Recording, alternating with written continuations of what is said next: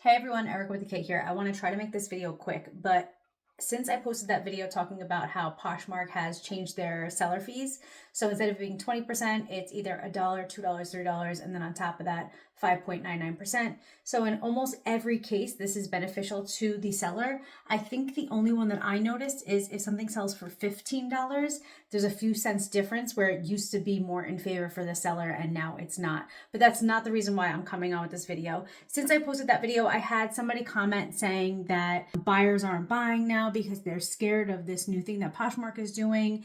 And I also saw on Instagram, I follow some people who also sell on Poshmark, and I saw in the comments on one of them, somebody was like, oh, this is scaring buyers away now. And I had said to the person who left the comment on my video, I was like, explain it to me like I'm 5, because I'm a buyer on Poshmark and this wouldn't scare me away. Like, what are you talking about? And they never responded. And then when I saw it on another post, I don't know if it was the same person. I don't know if it's the same person following me, following this other person that we're mutually following. I'm not really sure. But they said that like buyers were scared because of this. Without explanation, they just said that like 2 buyers had purchased and then canceled their order once they saw the fees. And I just need to make this clear. If you're buying on Poshmark, you're not seeing how much money the seller is making. You're not seeing that on that end. I'm a buyer and I'm a seller on Poshmark. And the only way I would know how much profit they're coming out on the end with would be if I did the math by myself. But I'm also going to put it in this video so you can see what I'm talking about. There is no way that it doesn't, on the back end of the buyer, it doesn't say like the seller is making X amount. That doesn't happen. That literally never happens. It's never happened. I don't think it's ever going to happen. And I had said in the other video where I said like, oh, if you sell something for $3 instead of getting, the 5 cents, where sellers used to put that in their listing and say like, I'm only making 5 cents on this. Sellers used to say that in their listings. I mean, I'm sure they still do, but because the buyer is not privy to that information. And the only way that you would know that is if you were a seller too, and you're buying on the platform that you're also selling on, and you'd have to do the math yourself. It's not something that Poshmark does. It doesn't say like, this is how much the seller is going to make when you make this purchase. That's absurd, and that doesn't happen. So to say that buyers are scared because of this and they're canceling their orders because they're seeing how much money the seller is making, prove that to me, because that makes no sense. So I have been thinking about this, and here are some reasons why your sales might be down. First of all, we're coming off the summer, so I think it's kind of like an in-between time. We're not at Black Friday yet. We're not really in the fourth quarter yet. So that could be one of the reasons why sales could be down. We did just have like a huge hurricane in Florida. It went all like across middle America. People lost their homes. People lost things. It's scary. Maybe the buyers were like, hey, you got to cancel this order because I might not have a home. Like you never know. Because of this, people do get scared. They tend to buy less, I would say, especially things that are non-essential. It's also an election year. And I think election years, people get scared and they don't buy non-essential things because we're like, a lot of people are like hunkering down and like just trying to stay safe. And you never know what's going to come with the outcome of an election. And I'm talking about all United States things because I'm pretty sure the Poshmark person was it's from the United States. So that's another reason. And also Poshmark has this thing that they're doing right now where they're like boosting their, like you can basically pay to advertise or pay to be sponsored. I don't know if this is new. I don't know when this came about, but I just started seeing it. And so there's this whole thing. I'm going to post it in this video so you can see what I'm talking about. But there's this whole thing where basically you can pay to like have your thing sponsored or boosted or whatever the case is. And so I'm sure the people who are paying for this are getting, front and center. They're probably the ones whose items are being sold more because of that. I'm not participating in it. I just like natural traffic. I always add my things to my Pinterest and I try my best to self-promote. But if you're paying for this, you're going to have, what's the word I'm looking for? Priority in the listings. And that could be another reason why your sales are down. I'm sure they're prioritizing those listings right now. People who are pay to play, people who are paying to make sure that their listings are shown first. And then also Poshmark has 2 huge things that are going on right now. And they're basically enticing people to list more, and the more people list, the more saturated Poshmark will be. So maybe there's less likely people buy your things. And kind of on the same token of when somebody said that the orders were purchased. Maybe they found a better deal somewhere else. So there are two things going on right now as we speak, and that is the My Streak, which is if you post consecutively at least one item every week consecutively, they give you perks like a shipping discount in your closet or a shipping discount if you go buy on Poshmark. So every fourth week, I have a whole video talking about this, but that's going on. So that's going to make people want to list more. That saturates the market, and that could be a reason why sales are down. And then also they have another listing thing where you can win, like, I forgot what it was, but like some high-end things, and everything's valued at like 5,000 to like 10,000. And basically you just have to post consecutively and you're entered into this drawing. So those are two huge initiatives to make sure people post more. And plus they just dropped the pricing. So I feel like that's another reason why the market might be more saturated. One more thing as I'm editing this video, I just realized.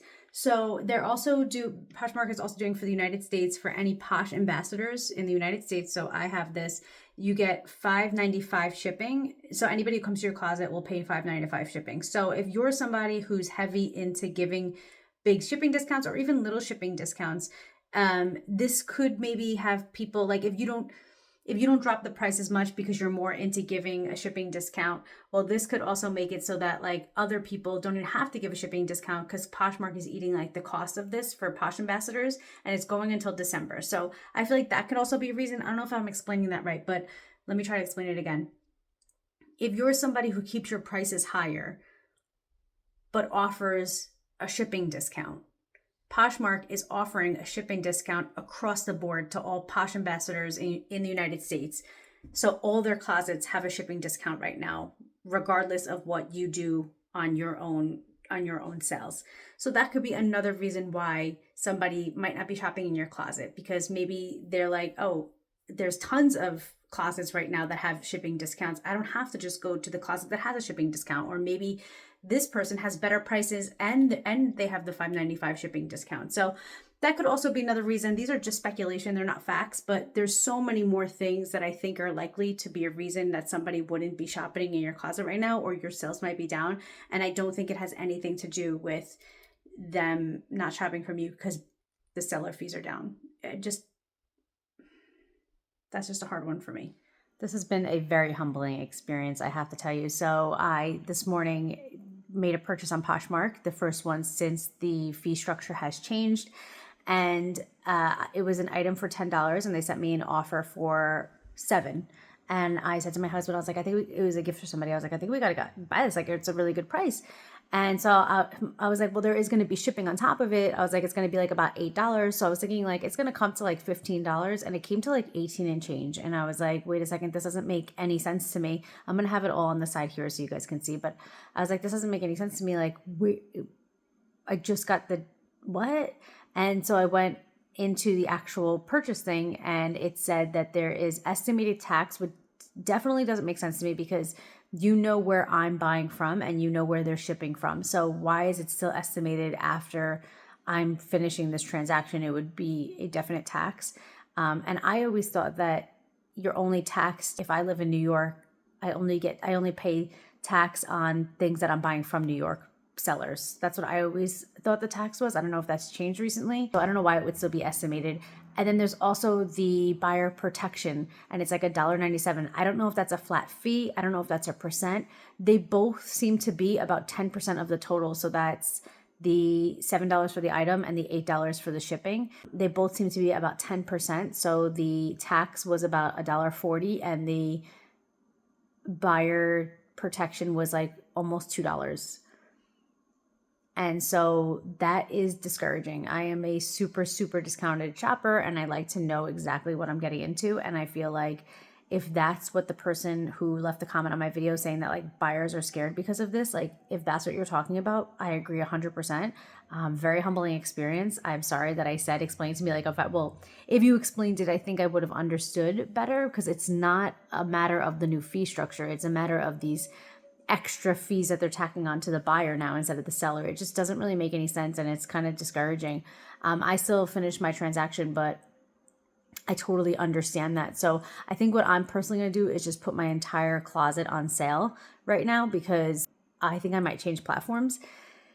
It's kind of high. And I, like I said, I am a discount shopper, and that was kind of shocking to me. And I don't know. Are they charging tax on everything? Because if something's expensive, like tax gets really expensive. Is it, I don't know. And then the whole like, how are they figuring out, where are they getting the $1.95 for the other fee, the protection fee? Where are they getting that price from? Like, is that based on the total amount? It's also annoying that it's based on the total amount of the price plus the shipping. That's kind of discouraging. So I totally get it. So this has been a very humbling experience. I do think sales could be down for the reasons I had listed in this video, but now I totally understand what the people were saying when they were saying that buyers were scared. So like I said, this has been a humbling experience, and it just seems wild to me that like, even if you decide to give a really low price, like I said, I'm going to put my whole closet on sale. Even if you decide to give a really low price, I'm going into this thinking I'm paying that low price. I'm not thinking I'm going to get tacked on like another $4. So yeah, those are my thoughts. Thanks for watching. Thanks for sticking around if you made it this far. And we'll see what the future holds for Poshmark, because I'm not really into this. So. Okay, I'm back. My husband doesn't want to be on camera, but I was just talking to him about this whole thing, and he had some thoughts on it. And so he works in e-commerce, and he said that the whole tax thing, when I said in this video that I thought it was only where you're shipping to, like it would depend on like where you're shipping from. If you're shipping to, like I live in New York, only if I buy from New York would I pay tax. He said that that's not the case, that it's based on where it's going to. So the buyer is responsible for tax, and it would be, I'm in New York, I have to pay my, 8 and change percent tax, because it's based on where it's going to. So all the times that Poshmark hasn't been charging tax on stuff like this, as I had shown in this video, they just were not doing it. And he thinks that perhaps the IRS kind of slammed them with like back taxes or something like that. And that's why the protection fee is there. It's kind of like a catch-all. Am I saying this right? It's kind of like a catch-all for like, just in case there's money that they owe, or just in case they're not collecting tax correctly, they have this now buyer protection fee that is basically just for extra money, that they're just an extra fee that they're taking just in case they need this extra. Well, they call it like for customer support and product enhancements, but it's just a catch-all to cover money. I don't know if you could hear what he said. He said they're calling it a buyer protection and enhancement. Is that what you said? For like product enhancement. For product enhancement, service. And it's just a catch-all just to like get more money from us, basically, or from the buyer. So I just wanted to add that in this video because I was unclear about the whole shipping thing, and I just wanted to put that in this video in case you're watching and you're unsure. So Poshmark should have been collecting the appropriate tax from every buyer. And my husband made the example, if you buy from Amazon, you're paying tax. It doesn't matter where the warehouse is, where it's shipping from, like you're paying the tax based on where you live. So is there anything else that you were saying that I should add into this video?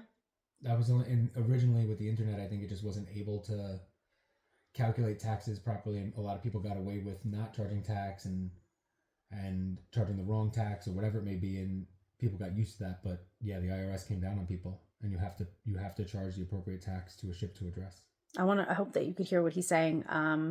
But yeah, so in short, he basically said like in the beginning of the internet, which I feel like is like kind of when I was big on like eBay and stuff, and even Poshmark in the beginning. It wasn't the beginning of the internet, but a beginning of selling on stuff like that. That wasn't really a thing. Like it wasn't. You always got tax-free orders. Yeah, you got tax-free orders.